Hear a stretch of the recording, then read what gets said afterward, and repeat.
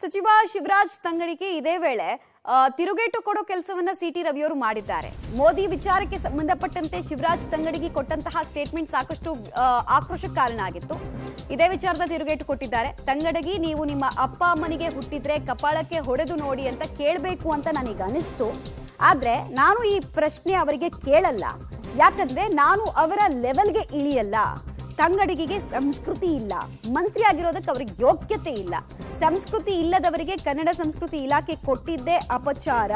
ಸಿದ್ದರಾಮಯ್ಯ ಯೋಗ್ಯ ಸಿಎಂ ಆಗಿದ್ದಿದ್ರೆ ಇಂಥ ಮಂತ್ರಿಯನ್ನ ಇಟ್ಕೋತಾ ಇರ್ಲಿಲ್ಲ ಅಂತ ಕೂಡ ಹೇಳಿದ್ರು. ಯಾವ ಮಖ ಇಟ್ಕೊಂಡು ಇವತ್ತು ನೋಡ್ತೀವಿ ಓಟನ್ನ ಕೇಳಲಿಕ್ಕೆ ಇವ್ರು ಬರ್ತಾ ಇದ್ದಾರೆ. ಇವರಿಗೆ ಒಂದೇ ಒಂದು ಅಭಿವೃದ್ಧಿ ಕೆಲಸವನ್ನ ಮಾಡ್ಲಿಕ್ಕೆ ಯೋಗ್ಯತೆ ಇಲ್ಲ. ಹೇಳಿದ್ರು 2 ಕೋಟಿ ಉದ್ಯೋಗ ಕೊಡ್ತೀನಿ ಅಂತ ಹೇಳಿದ್ರು. ಯಾರಿಗಾರು ಉದ್ಯೋಗ ಕೊಟ್ರ? ಉದ್ಯೋಗ ಕೇಳಿದ್ರೆ ಪಕೋಡ ಮಾರಕ್ ಹೋಗಂದ್ರು, ಅಂದ್ರೆ ಬಜ್ಜಿ ಮಾಡಕ್ ಹೋಗಂದ್ರು. ನಾಚಿಕೆ ಆಗ್ಬೇಕು. ಇನ್ನು ಅವ್ರು ಯಾರ ವಿದ್ಯಾರ್ಥಿಗಳು ಯುವಕರು ಮೋದಿ ಅಂದ್ರೆ ಅವ್ರಿಗೆ ಕಪಾಳಕ್ಕೆ ಬಿಡಿಬೇಕು, ನಾಚಿಕೆ ಬರ್ಬೇಕ್ರಿ. ಇದು ಸಣ್ಣ ಕೆಲಸನ. ಮತ್ತೆ ಇವರು ಚುನಾವಣೆ ಪ್ರಚಾರಕ್ಕೆ ಬರ್ತಾ ಇದ್ದಾರೆ.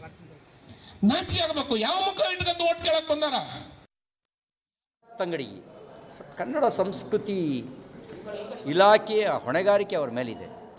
ಸಂಸ್ಕೃತಿ ಅಂದರೆ ಏನು ಅಂತ ಗೊತ್ತಿಲ್ಲದೆ ಇದ್ದವರಿಗೆ ಕನ್ನಡ ಸಂಸ್ಕೃತಿ ಕೊಟ್ಬಿಟ್ಟಿದ್ದಾರೆ. ಶಿವರಾಜ್ ತಂಗಡಿಗೆ ಇವರಿಗೆ ಸಂಸ್ಕೃತಿಯೇ ಗೊತ್ತಿಲ್ಲ. ಅವ್ರ ಬಾಯಿಂದ ಬರೋವೆಲ್ಲ ಸಂಸ್ಕೃತಿಹೀನ ಮಾತುಗಳು. ಅಂಥವರಿಗೆ ಕನ್ನಡ ಸಂಸ್ಕೃತಿ ಇಲಾಖೆ ಕೊಟ್ಟಿರೋದೇ ಒಂದು ಅಪಚಾರ.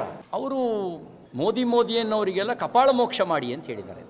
ನನ್ನ ಮನಸ್ಸಿಗೆ ಅನ್ನಿಸ್ತು, ಬಾರಪ್ಪ ತಂಗಡಿಗೆ, ನಿಮ್ಮ ಅಪ್ಪನಿಗೆ ಹುಟ್ಟಿದ್ರೆ ಕಪಾಳ ಮೋಕ್ಷ ಮಾಡಿ ನೋಡು ಅಂತ ಹೇಳಬೇಕು ಅಂತ ಅನ್ನಿಸ್ತು. ಮತ್ತು ನನಗೆ ಅವ್ರ ಲೆವೆಲಿಗೆ ಇಳಿಬಾರ್ದು ಅಂತ ಆ ಮಾತು ಹೇಳ್ತಿಲ್ಲ. ಆದರೆ ಪ್ರಜಾಪ್ರಭುತ್ವದಲ್ಲಿ ಕಪಾಳ ಮೋಕ್ಷ ಮಾಡಿ ಅಂತ ಹೇಳುವಂಥ ಒಬ್ಬ ಸಚಿವಾಗಿರೋದೇ ದುರಂತ. ಒಬ್ಬ ವ್ಯಕ್ತಿ ಸಚಿವಾಗಿರೋದೇ ದುರಂತ. ಅದರಲ್ಲೂ ಕನ್ನಡ ಸಂಸ್ಕೃತಿ ಇಲಾಖೆಯ ಸಚಿವ ಆಗಿರ್ತಕ್ಕಂಥದ್ದು ಕನ್ನಡಕ್ಕೆ ಮತ್ತು ಈ ನಾಡಿನ ಸಂಸ್ಕೃತಿಗೆ ಮಾಡುವ ಅಪಮಾನ ಆಗುತ್ತೆ.